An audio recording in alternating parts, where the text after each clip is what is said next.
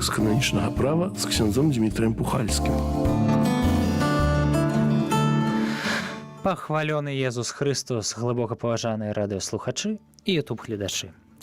Сёння аўторак, у нас 16 лютага, Кодекс канонічнага права з ксяндзом-канонікам, канцлерам Курыі-Мінска-Магілёўскай архідыяцэзіі Дмітрыем Пухальскім, які ў нас у студыі сядзіць. Пахвалёны Езус Христос. Навекі вечныя. Шчыра ўсіх вітаю. У астатні дзень першай часткі звычайнага перыяду, бо заўтра пачынаем вялікі пост. Вось, таму шчыра ўсіх вітаю. Затым ужо прыйшлі шмат пытанняў. Думаю, Ігар зараз таксама іх агучыць. Ну, пытанняў не сказаць тое, каб шмат, але традыцыйныя, великапосныя, скажем так. Так, якія будуць з году ў год, можа быць, адны і ты ж, і, таксама добра, што яны ёсць. Вельмі вам удзячныя за ўсе пытанні, якія вы дасылаеце. Не саромейцеся, калі ласка, дасылайце любыя пытанні, мы іх заўсёды будзем задаваць. Так, першае пытанне такое. Я зраблю такую ремарку да гэтага пытання, што існуе такая даволі распаўсюджаная практыка рабіць так званыя пастановы на вялікі пост. Гэта такое духоўнае практыкаванне, штосьці паспрабаваць паабяцаць сабе і Богу і паспрабаваць гэта выканаць. І вось з гэтым звязаныя наступныя пытанні. Ці абавязкова пастанова на вялікі пост павінны быць звязаны з непрыемным, цяжкім для чалавека абавязкам? Калі яе выкананне прыносіць задавальнення, гэта пастанова несапраўдная і нягодная? Пытальнік. Наогул, ўсё, што датычыць пастаноў, скажем, это не зусім матэрыя кананічнага права. Бо кананічнае права пра пастанову нічога не гаворыць. Вось, таксама, як вы сказалі, добрая практыка. Вось, паспрабаваць, паабяцаць штосьці Богу і пастарацца гэта выканаць. Мне это вельмі спадабалася. Вось, робячы пастановы, трэба, напэўна, разумець такую рэч, што паабяцаць Пану Богу можна вельмі многа. Пытанне ўсё ў выкананні. Ось, я, напэўна, захвочу ўсіх нашых і радыёслухачоў, ютуб-гледачоў быць разумнымі, сапраўды разумна выбіраць великапосныя пастановы. Да, ведаем, ёсць стандартныя рэчы, хтось адмаўляецца ад музыкі, хтось адмаўляецца ад салодкага, хтосьці ад тытуню, хтосьці ад алкаголю, хтосьці яшчэ ад чагосьці. Это ўсе справы вельмі добрыя. Вось, толькі, па-першае, не можам забывацца аб тым, што нам трэба функцыянаваць. Калі хтось адмаўляецца ад рыбы, ад мяса, ад супоў, ад яшчэ невядома чаго, і можа піць толькі гарбату з раніцы, вечар так доўга чалавек не працягне. Ось, і ясна, што такія справы ёсць. Пытанне, ці абавязкова іх трэба прымаць пастановы, да? Ці абавязкова... Не, пытанне было, ці абавязкова яны павінны быць звязаны з чымсьці непрыемным і цяжкім. А, дарэчы, тут варта што дакладніць, што пастановы не з'яўляюцца абавязковымі. Як практыка, як гэта? Гаворыць яны, і касцёл вельмі захвочвае. Наогул, да практык, якія ёсць у вялікім посце, не толькі у вялікім посце, касцёл заўсёды захвочвае, ніколі нікога не прымушае. Вось, часамі, можа, у вернікаў ёсць такое, што мы павінны. Езус да ўсяго нас запрашае, таксама запрашае да таго, каб зрабіць нейкія пастановы. Вось. Таксама трэба разумець, што пастанова не звязана з ахвярай. То есть, калі мы ўвесь вялікі пост гаворым пра ахвяру Хрыста на крыжы, то есть ахвяру, якую ён склаў са свайго жыцця для збаўлення ўсяго свету, вось і сваім пастановам мы, скажем, можа так уже слова, уключаемся ў гэтую ахвяру Хрыста. Вось, і таксама у гэтым кантэксце варта глядзець на пастановы. І як было пытанне, ці з чагосьці прыемнага адмаўляцца, напэўна, чалавек робіць нейкі высілак, калі, напрыклад, вельмі любіць цукеркі, а ў вялікім посце іх не есць. Калі я, напрыклад, раўнадушны да цукеркаў, то я могу зрабіць пастанову сабе, што не буду есць цукеркі, я іх цэлы год не ем. Можа, калісьці там адну, другую з'еш, это не лічыцца, да? Таксама хтось, напрыклад, наогул мяса не спажывае, і кажуць, я ў вялікім посце зраблю пастанову не спажываць мяса. Пытанне, каго ты падманваеш? Так, фактычна... Гэта,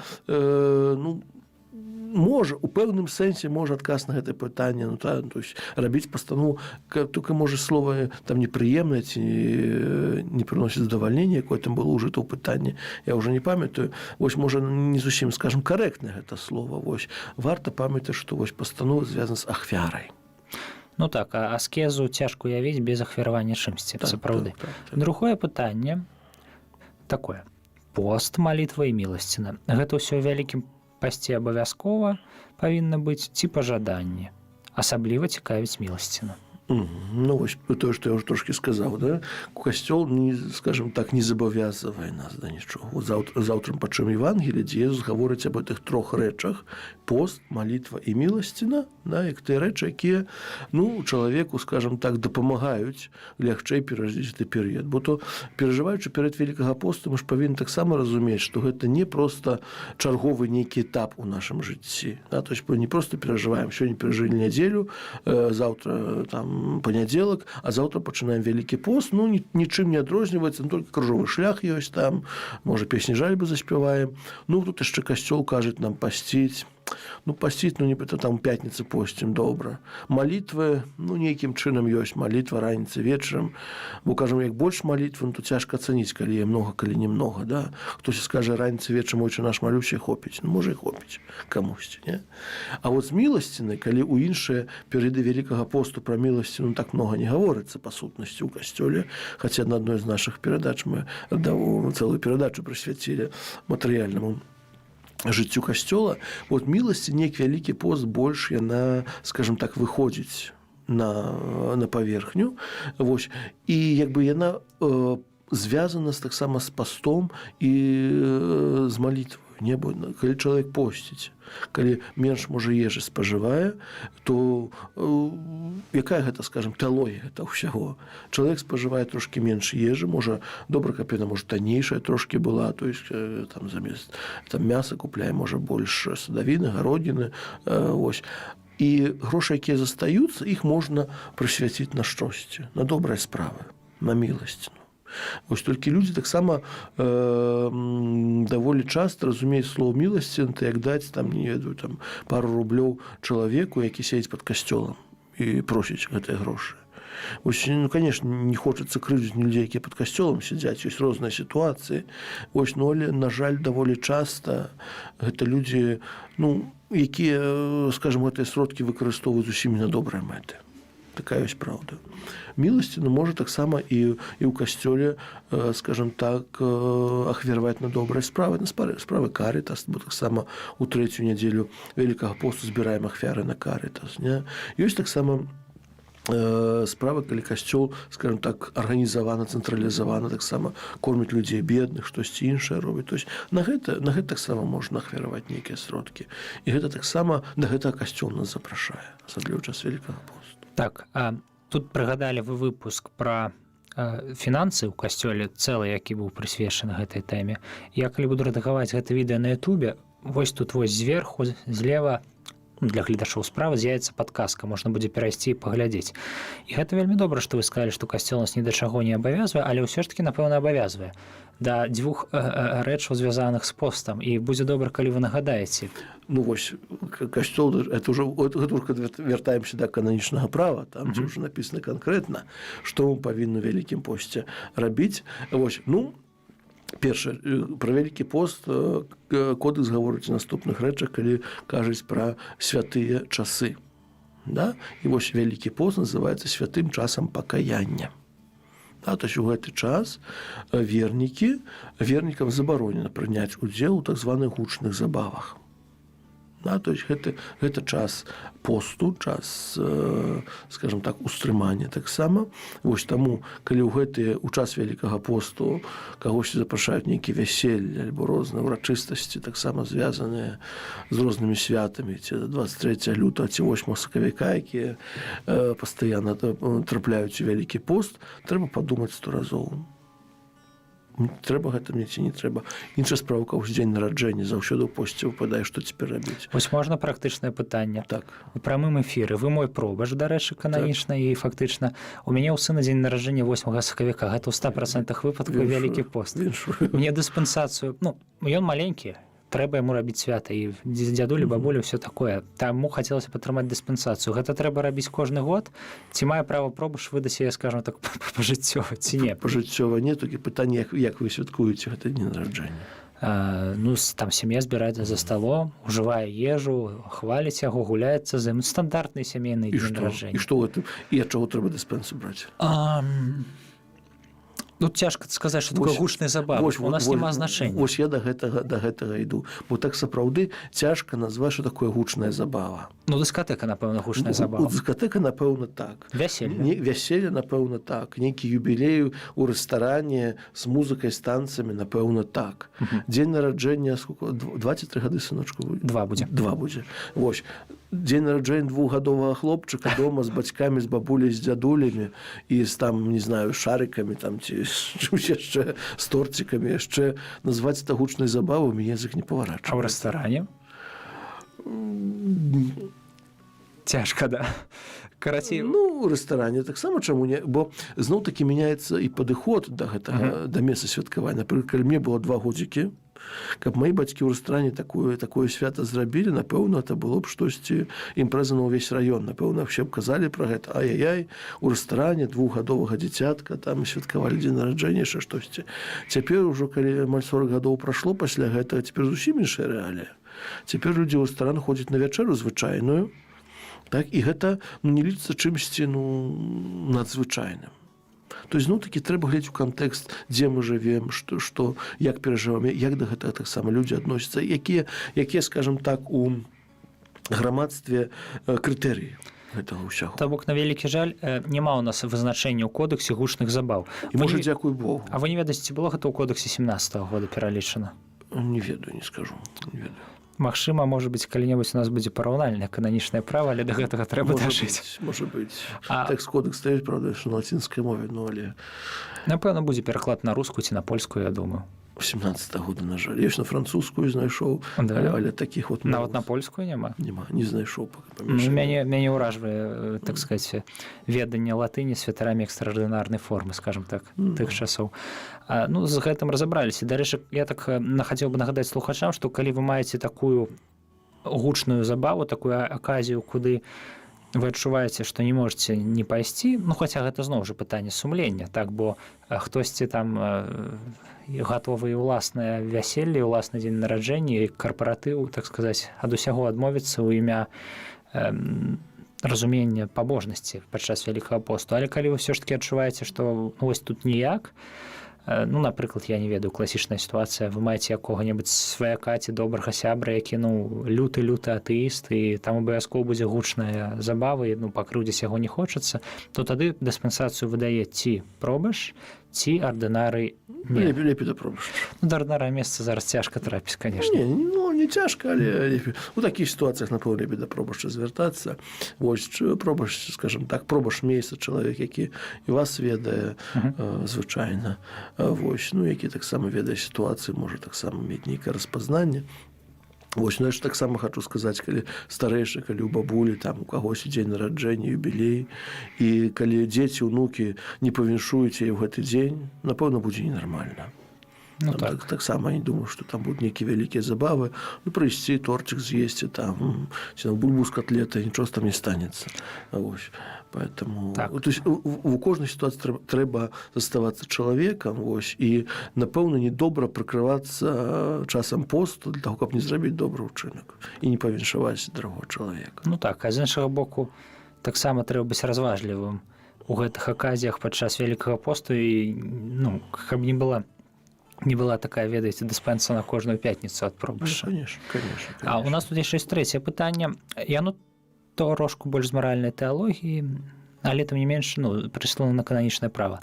Ці трэба спавядацца, калі не выканаеш пастанову, ўзятую перад Вялікім постам? Ну, напэўна, гэта не будзе цяжкім грахом. Вось. Только тут варта тое, што я ўжо казаў, трошкі у тым моманце, калі чалавек бярэ пастановы, паглядзець, наколькі ў стане іх выканаць. Можа быць таксама, калі, напрыклад, там чалавек пастанаўляе, там, не ведаю, на працягу ўсяго посту, не ведаю, не спажываць чагосьці, ну, адзін раз здарылася там, ну, было штосьці. Ну, напэўна, можа быць, то есть, можна пра гэта сказаць, можна не сказаць, то есть, это, ну, не будзе такой матэрыі цяжкага граху. Хіба што это пастанова якая-небудзь, якая была зроблена у выглядзе, напрыклад, нават прыватнага шлюбу, прыватнага абяцання перад спаведніком, тады ўжо трошкі іншы ранг. гэтага абяцання, ну але звычайна такія рэчы не робяцца. Ну так, або калі невыкананне пастановы звязана з цяжкім грахом само па сабе. Это уже понятно. Так. Ну, з вялікім постам усё, а наконт ўсё ж такі заўтрашняга ўстрымання. Устрымання і посту. Так. Трэба сказаць такую рэч, што нагадаю ўсім вернікам ёсць такія дзве рэчы. Я каждый год, напэўна, про это кажу, але яшчэ буду казаць. Хай будзе. Ёсць две рэчы, звязаныя з абмежаваннямі ў ежы. Так, гэта ўстрыманне і пост. Устрыманне гэта калі гаворка ідзе аб якасці ежы, то есть устрыманне ад мясных страваў. І кожнага верніка устрыманне ад мясных страваў, кожнага верніка я закончыў 14 гадоў жыцця, устрыманне ад мясных страваў абавязваю кожную пятніцу на працягу года і ў папяльцовую сераду. Это устрыманне ад мясных страваў. Але ёсць яшчэ для гэтага пост. Гэта абмежаванне колькаснае. Да, то есть гэта абмежаванне, калі можна, кажам, один раз паесці досыта і два разы чагосьці перакусіць. А гэта прапісана аб'ём ежы, ці гэта такая традыцыя? Гэта традыцыя, скажу так. Ну, поэтому колькаснае абмежаванне трэба было нейкім чынам, вось яна такая ёсць. І вось абмежаванне колькаснае, то есть сам пост, строгі пост, як мы яго называем, ён абавязвае ўжо вернікаў з 18 до 59 года жыцця. То есть у гэтым прамежутку абавязвае у папельцовую сераду, то есть заўтра, і ў вялікую пятніцу. А вы ведаеце, што зараз адбываецца? Нам не толькі пішуць, нам цяпер, дзякуй Богу, і тэлефануюць. Нам тэлефануе знакаміты слухачам радыё Марыя спадар Станіслаў, і мы злучаемся з ім. Хвала Христу, спадар Станіслаў. Хвала навеки. Тут про дни народжения. Я хотел бы, так можно сказать, такую рекомендацию дать. Ну, как у нас в часы, моя мама, у нас 5 детей, и так само у брата 26 лютого, у сестры 6 соковика, ну, 3 соковика тут не с постом, то есть 3 листопада не с постом связано, или более такая октава за померлых. У меня не, например, 22 снежня. То мама говорила, вечный спокой, говорила так, а есть у нас и імяніны. Бо, як Ян Токарский з Ракова учил, говорит, кожная коза має день народження, а человек має заступника своего. Вот, то я думаю, коли перейде Великого Поста, вот день народжения, ну, то можно так стипло более, а уже імяніны можно, як говорится, оттянуться. Вот. Дзякуй, вялікі спадар Станіслаў. Канешне, не, можна святкаваць і дзень нараджэння, імяніны вельмі добра, калі імяніны святкуем, вось, это сапраўды добрая, прыгожая традыцыя, вось, ну, просто сам факт, што калі дзень нараджэння ў посце, што рабіць, ну, так ёсць, як ёсць, поэтому. Дзякуй, вялікі. Дзякуй, вялікі спадар Станіслаў, што нагадалі нам пра такую пабожную, на вялікі жаль, ужо не так моцна распаўсюджаную раней практыку, як святкаванне імянін. Пра імяніны, ну, можна будзе рабіць асобную перадачу, бо часам дзівішся, адкуль яны бяруцца гэтыя менавіта даты, з рымскага мартыралогу, з агульнага календара, яшчэ адкульсьці. Але гэта вельмі добрая пабожная практыка, заахвочваем усіх, так сказаць, выкарыстоўваць яе духоўна, малітоўна. Ну і таксама дзень нараджэння, нават калі на вялікім посце, можна троху насычыць духоўным сэнсам, духоўным зместам. Адзін раз я ведаў сітуацыю, калі чалавеку падарылі, ну, сярод усяго іншага, таксама і імшу, адпраўленую у яго інтэнцыі. Гэта, канешне, найдаражэйшы падарунак, напэўна. Напэўна, канешне. Дзякуй вялікі яшчэ раз, спадар Станіслаў. З Богам. Богам. Ну, у мяне больш пытанняў па вялікім посце няма. Пра ўстрыманне ад ежы нагадалі. Добрае пытанне. Ці абавязковае заўтра наведванне касцёлаў? Не з'яўляецца абавязковым. Зноў-такі традыцыя вельмі добрая, пасыпанне галоў попелам, вось, адбываецца на святых імшах, вось, але гэта не абавязковы дзень, калі трэба наведаць святую імшу. Калі ў кагосьці не атрымоўваецца, то граху не будзе. Так. Гэта мы казалі пра рымскі абрад, і, ў прынцыпе, па посце ўсё больш-менш сказана. А ў нас была анансавана великолепная, я нават так скажу троху з русізмам, великолепная, доўгачаканая, шыкоўная, такая таямнічая, бо невядомая 6-я кніга. 6-я кніга, так, 6-я кніга кананічнага права, якая называецца «Санкцыі ў касцёле».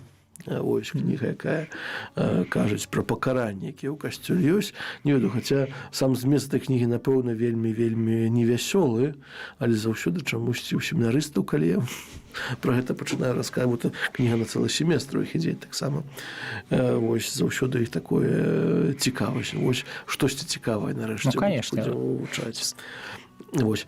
Канешне, напэўна, справа пакарання злачынства цікавага там мала, скажу так, бо, на жаль, гэта кніга датычыць спраў, якія, ну, скажем, найбольш брудных спраў у касцёле.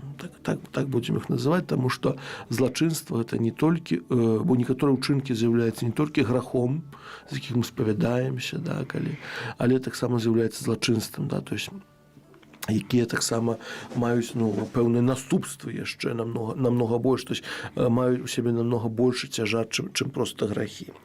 Вось, і першы канон 1311 гэтай кнігі гаворыць так, што касцёл мае прыроджанае і ўласнае права, да, накладаць на вернікаў, якія ўчынілі злачынствы, пакаральныя санкцыі.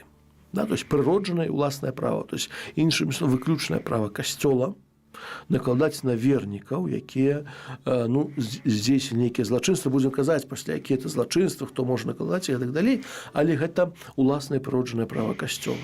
Тут цікавае пытанне вынікае.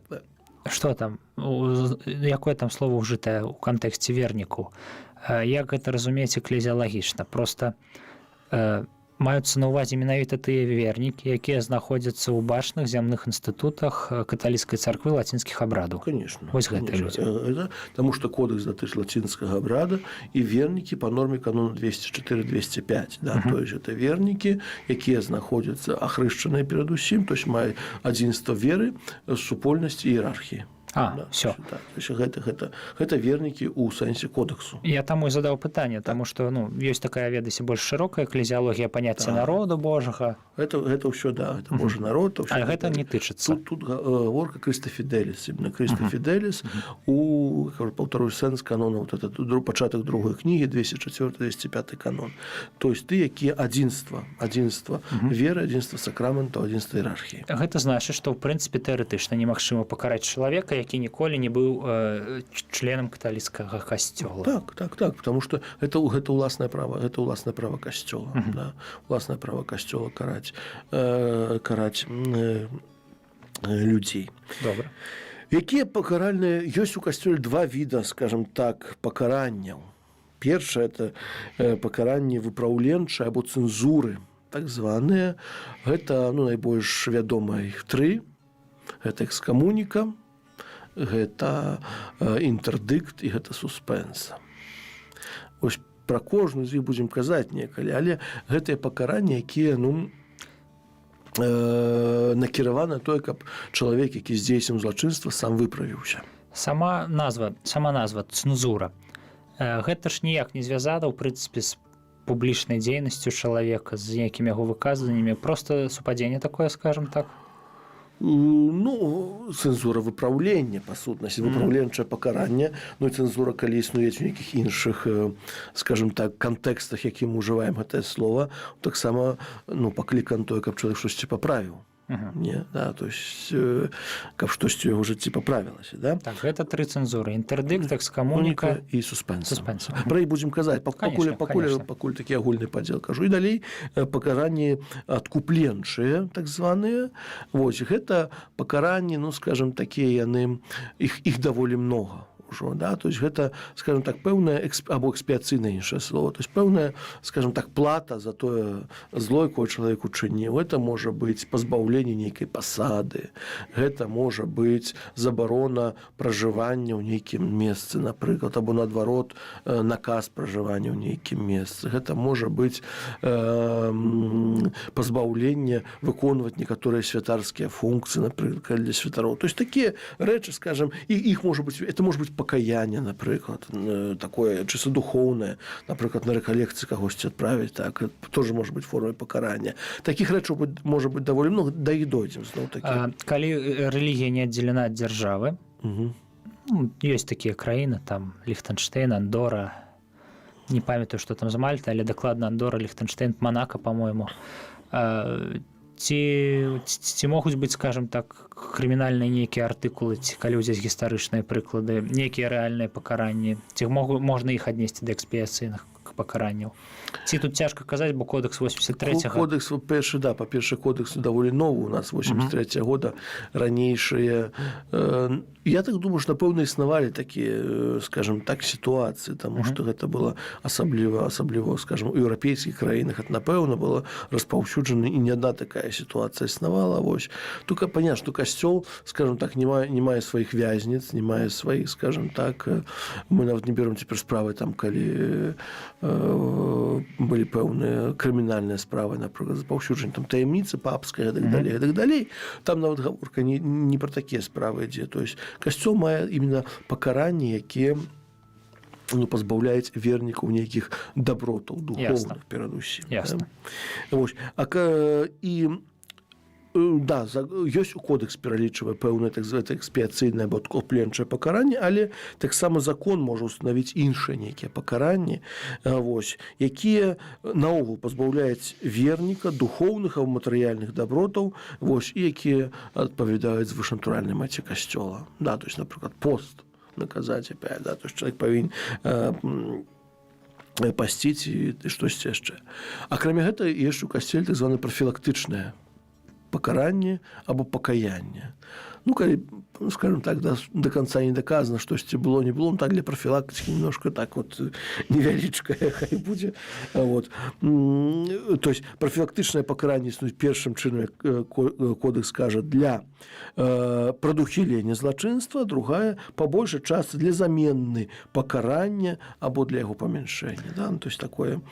А вы яшчэ казалі пра закон. Маецца ж на ўвазе партыкулярнае права на ўзроўні нейкіх дыяцэзій? Так. Не светскі закон. Не, конечно. Тут гаворка ідзе толькі пра, скажем так, такое права касцёльнае. Што яшчэ адрознівае, скажем так, што асаблівага ёсць у пакаральным праве касцёла, гэта яшчэ два віды пакарання. Это пакаранне так званае лята сентэнцыя і пакаранне ферэнда сентэнцыя. Што это такое? Ёсць некаторыя злачынствы, з якімі пакаранне звязана, груба кажучы, аўтаматычна. Да? То есть, калі на моцы здзейсненага злачынства чалавек атрымае такое альбо іншае пакаранне. Да? Напрыклад, за здраду таямніцы споведзі святар атрымлівае пакаранне экскамуніка лята сентэнцыя, і вось слова лята сентэнцыя зарэзервавана апостальскай сталіцы. Да? То есть, неважна, хацеў, не хацеў, спецыяльна, не спецыяльна, першы раз, не першы раз, будучы свядомым, ці, можа, не зусім свядомым, калі была непасрэдная здрада таямніцы споведзі, за гэта ёсць канкрэтнае пакаранне. Ніхто не праводзіць даследаванні і гэтак далей. То есть пакаранне лята сентэнцыя, рускае тлумачэнне кодекса яго тлумачыць па заранее вынесенаму судебнаму рашэнню. Да, то есть ёсць. А яно афармляецца на паперы неяк? Дойдем до гэта. Можа быць аформлена, можа быць абвешчаная, можа быць не абвешчаная. А нам тут пытанне даслалі. Навошта ў Ватыкане турма? Я до конца не ведаю падаплёкі пытання. Я так разумею... Не, таму што я спецыяльна пачаў казаць пра той сітуацыі, якая была са здрадай папскіх таямніцаў. Пару гадоў назад была такая справа даволі моцная. Я ўжо не памятаю, чым яна закончылася. Такія злачынствы. Ватыкан, як любая дзяржава, таксама мае сваю пенітэнцыярную сістэму.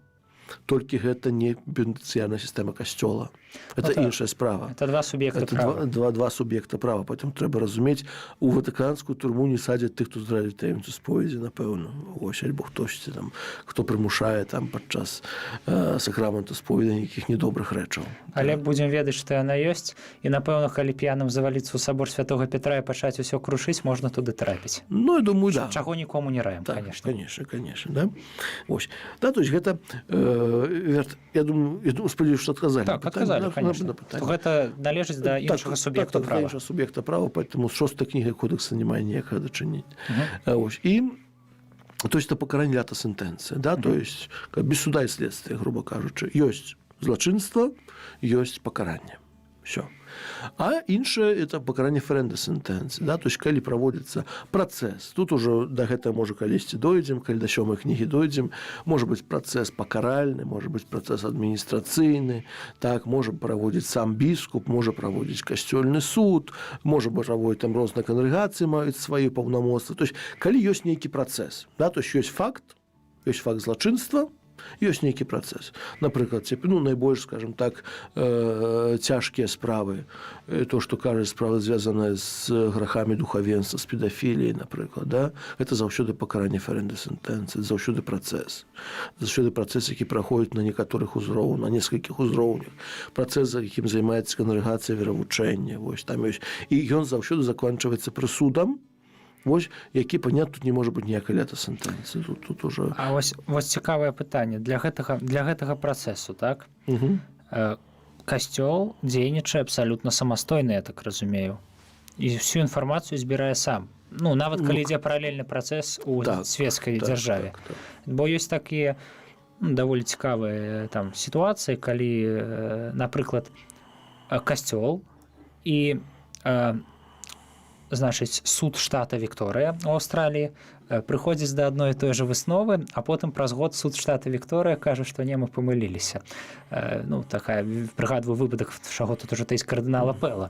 І вось, гэта неяк звязана, как касцёл можа сказаць, вы там памыліліся, але мы лепш ведаем, пакідаем прысуд у сіле. Ці ўсё ж такі ён павінен улічваць, калі гэта зноў-такі справы, якія ідуць на перасячэнні свецкіх злачынстваў і касцёльных? Ці абавязаны улічваць вось дадзеныя такія? Гэта зноў-такі кангрэгацыя займаецца справамі. Гэта не называецца біскупскі суд штата Вікторыя этим не занимаецца.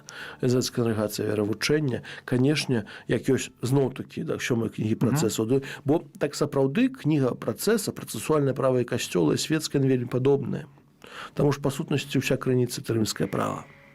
Яны ўсе две часткі, адвакаты, пракуроры, прадстаўнікі, так, права да апеляцыі, права да абскаржэння, як праслухоўваць. Там ўсё тое самае па сутнасці. Конечно, за некаторым. Поэтому і калі можна ўнесці апеляцыю, да, калі ёсць нейкія, чаму той суд прыйшоў такой высновы, да, то есть тады павінны гэты пераглядзець, то есть і гэтак далей. То есть тут, кажу, это ўжо матэрыял 7 кнігі. Але чыста тэарэтычна абавязку дасягаць сінхроннасці няма. Не, тэарэтычна няма, конечно. Цікава. Няма. Цікава. Значыць, гэта ферэнда сентэнцыя. Ферэнда сентэнцыя, да, то есть лята сентэнцыя і ферэнда сентэнцыя. Вот. І заўсёды, канешне, што яшчэ трэба памятаць па каральнай кнізе, што па сутнасці, для таго, каб мы это яшчэ будзем не раз казаць, яшчэ буду прыгадваць, каб, вот мы кажам, пакаранне, але каб у касцёле быць пакараным, трэба вельмі моцна пастарацца. Чаму? Вельмі моцна пастарацца. Таму што касцёл зробіць 25 000 папярэджванняў перад тым. Вось, ёсць столькі сітуацый, калі, напрыклад, пакаранне лята сентэнцыі. Там дойдзем, калі да канона, там 1323-24. Вось, там ёсць, по-моему, 11 выпадкаў, калі пакаранне лята сентэнцыі не стасуецца, таму што сам про чалавек не ведаў, не да канца ўсведамляў. Вось, нават тое самае, што звычайны грэх аборту, пра які мы ўжо казалі, з якім звязаных з камунікай лята сентэнцыя, большасць ўсё-такі жанчын у савецкія часы, якія это рабілі. Цяпер, конечно, цяжэй пра гэта сказаць, як яшчэ было пакаранне, скажем так, ёй не мог кожны святар сняць. Я заўсёды пытаўся ў канфесіянале, ці ведалі вы, што з гэтым грахом звязана экскамуніка? І што вам адказвалі? 90% не. І я думаю, што это была праўда. То есть чалавек, які, скажем так, не мае глыбокага пазнання, на катэхезу ніколі ў жыцці не хадзіў, хто яму там што сказаў, напэўна, ведалі, што аборт – рэч недобрая. Але калі не ведалі, што з гэтым грахом, з гэтым злачынствам звязана пакаранне, лята сентэнцыі, то яго няма. Само по сабе, да? То есть, па-першае, каб пакаранне ў касцёле трымаць, трэба ведаць, што яно ёсць, да? Тут не работаць светскі прынцып незнання закона не освобождает ответственности. То яго надо знаць вельмі добра. Так? І не гледзячы на тое здзейсненае злачынства. Пасля будзем казаць, для того, каб папасці ў цэнзуры, не так проста нельга так проста кагось у цэнзуры пакараць. Павінны даць адно папярэджванне, даць час на выпраўленне, даць другое папярэджванне, даць час, то есть калі хтось уже зусім уже, скажем так, ніяк не рэагуе на гэта, тады ён будзе пакараны. Поэтому каб у касцёле пакараць, каб касцёл цябе пакараў, трэба вельмі моцна пастарацца. Это такая справа. Далей, што яшчэ варта сказаць, такія некаторыя каноны зачытаю. Пакаранні павінны ўстанаўлівацца такім чынам, каб яны былі сапраўды неабходнымі для больш паспяховага забеспячэння касцёльнай дысцыпліны. Да, то есть понятно, что покарание не повинно устанавливаться для того, как только для того, как покарать. Да? И, скажем так, наибольшее покарание для духовной особы – это, конечно, позбавление духовного стану. Это покарание, якое ніколі не заўсёды, скажем так, толькі за рэцыдзів, то есть ніколі за першы раз, за нейкае злачынства не ідзе, вось, і заўсёды ўжо, то есть калі чалавек зусім ніяк не ўпраўляецца, тады ідзе пазбаўленне духовнага стану. Далей, што яшчэ? Ну вось, ніякаму пакаранню не падлягае хто? Каго нельга наогул пакараць? Напэўна, рымскага пантыфіка. Чому? Можна? Хто ж яго пакарае? То што ў пасадзе, то ж памятнік. Не, ну, тут праблема не ў тым, што ён памятнік, а ў тым, што над ім нікога няма. Ну, з такіх бачных фігур. Скажем так, можна прадставіць сітуацыю. Напрыклад, папу на пенсіі. Тэоретычна прадстаўляе, каб ніхто не падумаў, што гэта не пра Бенедыкта 16. Прыблізна 16. Папа, які перастае выконваць абавязкі, прыходзіць новы папа. А памятаеце гэта знакаміты так званы трупны сінод? Было штосьці такое. Ну, выкапалі цела няшчаснага папы, зрабілі суд, працэс. Ну, ясна, што выкапванне цела гэта поўны трэш, прабачце мне мой сленг. Але чыста тэарэтычна, працэсы могуць праводзіцца ў дачыненні да памерлых асоб рэтраспектыўна? Звычайна не. Не праводзяцца працэсы ў адносін да... Ну, бо ўжо няма сэнсу. Няма сэнсу правядзення такіх працэсаў. Не, ну там прызнаць кагосьці еретыком з яго вучэннем, напрыклад. Ці гэта ўжо не зусім матэрыял 6-й кнігі? Гэта ўжо не матэрыял 6-й кнігі. Цяпер, то есть, бо зноў-такі сэнс пакарання, каб чалавек паправіўся. Ну, ясна. А калі ён ужо памёр, ну, што ўжо, хай пан Бог яму суддзя будзе, там ужо... Але ёсць выпадкі пасмертнага зняцця пакаранняў. А зняцце так, канешне. Не, бо заўсёды, канешне, калі чалавек быў пакаранне, ну, то, скажем так, пакаранне любое, калі ён перад смерцю паспавядаўся, там любое знімаецца. Ну, але это ўжо пра толькі чалавек ведае. Публічна пра гэта невядома. Вось. Ну, але тым не менш. А калі ён не паспавядаўся, мы з яго здымаем пакаранне, ён там з чысца выходзіць, ці як гэта працуе? Не ведаю. Ніхто не ведае, як гэта працуе. Это ўжо ніхто не ведае, это ўжо толькі пан Бог ведае, як там што адбываецца. Дык вось, хто наогул не падлягае ніякаму пакаранню? Так. Першы. Хто яшчэ не дасягнуў 16гадовага ўзросту? Да ладно. Да. Такі высокі ўзрост? 16 гадоў. До 16гадовага ўзросту. Ну, падумаць, што можна ў касцёле зрабіць такого, каб это было пакараннем, до 16гадовага ўзросту, я не знаю, я не магу прыдумаць. Ось. Ну, у меня ёсць некаторыя ідэі, я іх лепей пры сабе пакіну. Пры сабе, так? Далей, другое. Хто не па сваёй віне не ведаў аб тым, што ён парушае законаў прадпісання. Ну, гэта значыць савецкая жанчына без катэхізацыі. Савецкая жанчына без... Яна не ведала, не магла ведаць аб тым. Ну, можа, дзесьці, канешне, ну, але ставіць ёй эту віну, што яна не ведала, што это з'яўляецца грахом і злачынствам, мы не можам. Не, яна, напэўна, ведала, што гэта грэх. Тут пра злачынства больш справа. Нават, я вам скажу так, што многія нават былі навучаны так, што не ведаюць, што это грэх. Да ладно. Конечно. Паверьце, што многія жанчыны ў савецкія часы проста пра гэта не казалася зусім. Такой катэгорыі не было грэх, не грэх. То есть, ну, аперацыя, не знаю, по-другому як называлася. Ну, ясно. Там, і гэтак далей, то есть, ну, что-то там чырык-чырык-чырыкне, да? Вось. І поэтому, ну, і сапраўды, і такіх сітуацый вельмі многа. І калі, напрыклад, на споведзі хтосьці мне гаворыць, што я не ведала, іншая справа, конечно, калі святар прыйдзе і скажа, што ён не ведаў, то перапрашаюць, у семінарі вучылі, павінен быў ведаць. Так? Але калі жанчына, ну, то таксама можа не ведаць, не? Вот. Далей, хто дзейнічаў пад уплывам фізічнага прымусу або ненаўмысна з-за выпадку, які ён не мог прадбачыць або прадбачычы не мог пазбегнуць.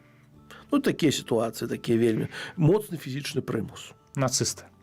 нацысты, напрыклад, так, у лагерах штосьці адбывалася. Маглі адбывацца розныя. То есть якіх чалавек не мог пазбегнуць, але нават калі пазбегнуў, можа з ім бы штосьці сталася. Мяжа фізічнага прымусу застаецца на сумленні. Неакрэсленае сумленне, канешне. І гэту справу зноў-такі акрэсліць амаль немагчыма. Ну, ясна. У кожнага, па-першае, на свая. Тут зноў-такі аб'ектыўна, суб'ектыўна можна глядзець. То есть аднаму здаецца, нічого страшнага, а іншы рукі на сябе наклаў бы. Розныя сітуацыі бываюць. Поэтому тут, права так гаворыць. Таксама, хто дзейнічаў пад уплывам моцнага страху, нават моцнага толькі адносна. Я ведаю аднаго арцыбіскупа, які гэтым прыкрываўся за адно злачынства. Напрыклад. Так. Так? Або хто па неабходнасці, або за паважанне зручнасці, да? Хіба што здзейснены акт быў па сутнасці дрэнным і прынёс шкоду душам. Ой, гэта складана, прашу пракаментаваць. Это уже, скажем так, ідзем у тонкасці юрыспрудэнцыі касцёльнай. Там, напрыклад, калі моцны страх. Зноў-такі моцны страх нават толькі адносна пытанне, наколькі моцны,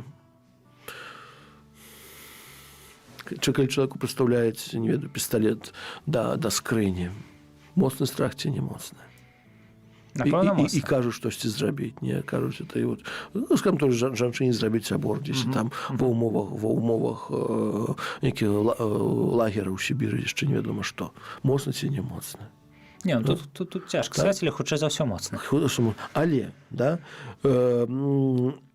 хіба што гэты акт быў па сутнасці свой дрэнны і прынёс шкоду душам, да? Гэта якраз той акт. Вот гэта той акт, да, поэтому я сказал. То есть калі цябе застаўляе штосьці сам па сабе дрэнны, або, напрыклад, калі цябе пад моцным, скажем так, пад тым дулам пісталета прымушаюць там падмануць кагосьці, там на сілу жаніць на сябе, то яшчэ паўбяды. Тут можа казаць, падлягае, не падлягае, бо сама па сабе жаніцьба можа не з'яўляецца ж такім злачынствам і не прыносіць шкоду душам, хаця можа быць па-рознаму. Але калі сам гэты акт, які здзейсніў, прыносіць шкоду душам, тады, канешне, няма звальнення. Кажу, гэта ўжо тонкасць не будзем далей выходзіць, бо гэта сапраўды... Тут на кожны гэты пунктикаў па 5 сторон каментарыя напісана, поэтому... Але гэта класна. Мы будзем шукаць канкрэтныя прыклады. Я тут ужо прыгадаў арцыбіскупа Лефевра, правда, прозвішча не называў. Ён там прыкрываўся тым, што як бы у яго быў страх, што яго вось арганізацыю святарскую, такую... Не ведаю, які яна статус мела да таго, як, але нейкі статус мел. Напэўна, там было неяк зарэгістравана, і я не ведаю. Што вось ён памрэ, і нікога ж не застанецца, каб працягваць справы. Поэтому высенчу біскупу. Так, гэта гучыць трошку дзіўна. Але мы не ведаем, што ў чалавека ў сумленні, правда, у прынцыпе. Але ён не быў пазбаўлены адказнасці. Так, не быў. І фактычна суд павінен кожны такі выпадак разбіраць. Тут для сентэнцыя, таму што тут... Тут нават без суда. Тут без суда, чаму? Таму што это удзяленне сакраменту пасвячэння біскупам. Без біскупскага пасвячэння, без згоды апостальскай сталіцы. У рымскім абрадзе.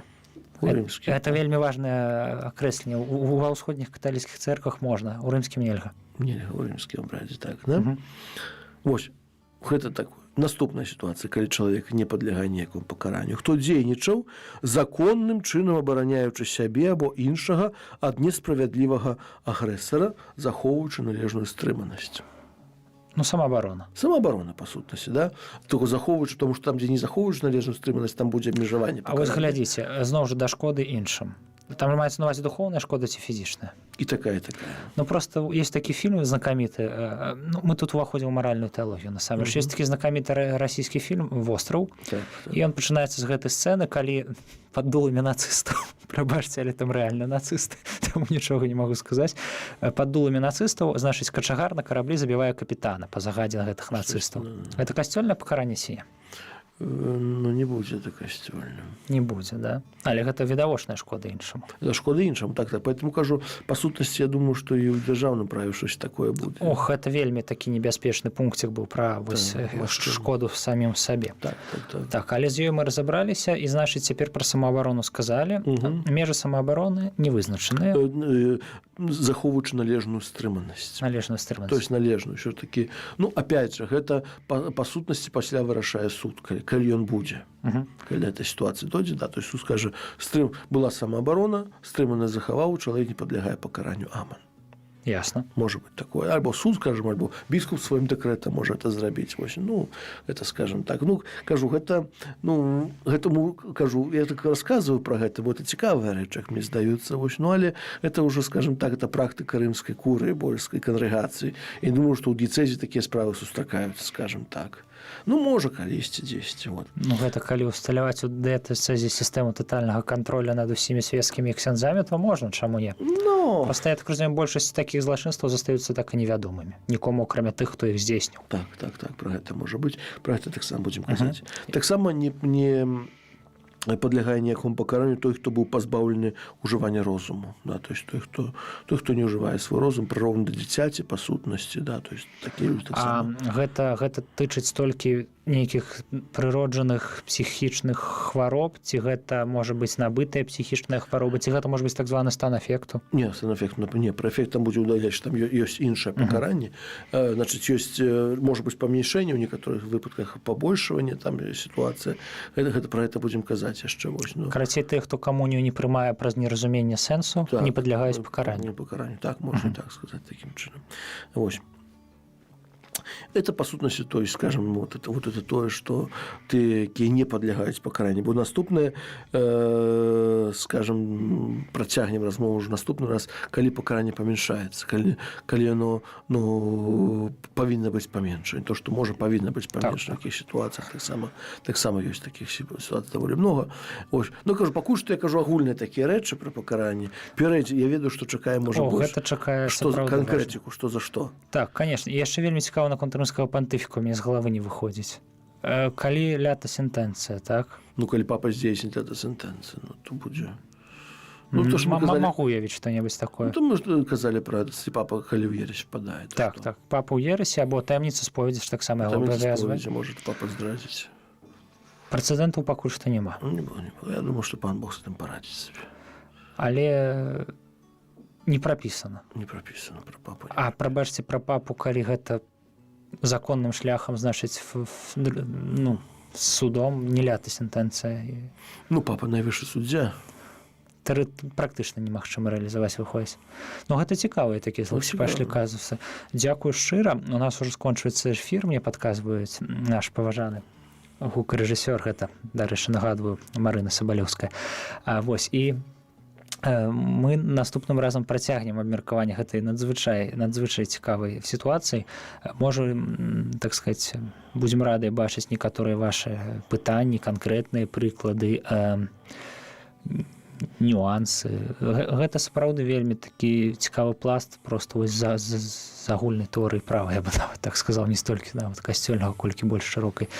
І шчыра дзякуем ксяндзу Дзмітрыю Пухальскаму за такія рэчы, што вы нам асвятляеце. Гэта, ну, сапраўды... Ці былі ў нас увогуле ў гісторыі нашай архідыяцэзіі, вось, ну, на вашай памяці, пакаральныя справы ў дачыненні не да духоўных асоб? Не, на духоўных не было. Ну, да духоўных, бо гэта звычайная справа. Суспенсія якая-небудзь, напрыклад. Ну, дзякуй Богу, што таксама не часта здараецца. Ну, але здараецца. Здараецца, вось. Але тэарэтычна касцёльны суд, нам трэба яшчэ разумець, гэта не толькі, каб разбірацца са шлюбам, у тым ліку і для свецкіх. Дзякуй шчыра. Ну, дзякуй, ксяндз Дзмітрый, за такія цікавыя ўводзіны. Гэта быў кодекс канечнага права з ксяндзом Дзмітрыем Пухальскім, прашу прабачэння. З Богом. З Богом.